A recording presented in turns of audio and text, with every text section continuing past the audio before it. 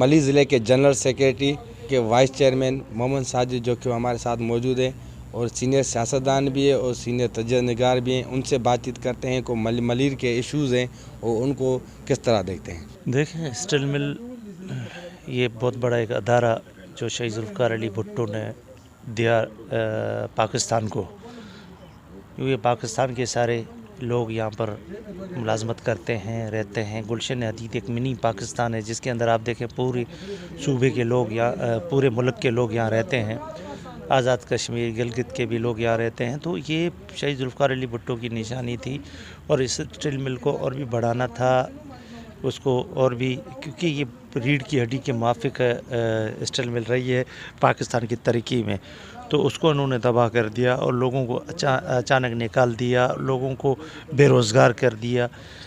آج ہماری مائیں بہنیں وہاں پر بیٹھی ہوئی ہیں، احتجاج کر رہی ہیں 18-20 دن سے، مگر کوئی جو نہیں کھاتی۔ ان جو بیٹھے ہوئے ہیں اسلام آباد میں، ان کو کوئی پرواہ بھی نہیں ہے۔ تو میں سمجھتا ہوں کہ یہ بہت بڑا ظلم ہے، بہت بڑی زیادتی ہے کہ اتنا بڑا ادارہ، اربوں خربوں کی زمینیں ہیں ان کے اوپر، ان کی آنکھ ہے۔ تو یہ زمینیں بھی بورڈ آف سندھ کی ہیں، revenue department board of Sindh کی ہیں، تو یہ زمینیں اس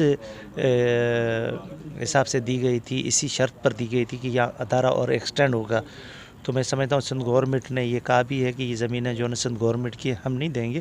بہرحال یہ ساری چیزیں ہیں، مگر وزیر اعظم جو دھرنا لگا ہوا تھا، آپ دیکھیں کوئٹہ کے اندر جو وہاں پر جو لوگ بیچارے شہید ہوئے، وہاں پر بھی یہ نہیں گیا۔ ان لوگوں کا مطالبہ یہ تھا کہ وزیر اعظم آئے تو ہم جنازے اپنے دفن کریں، مگر یہ بے حس وزیر اعظم نہیں گیا۔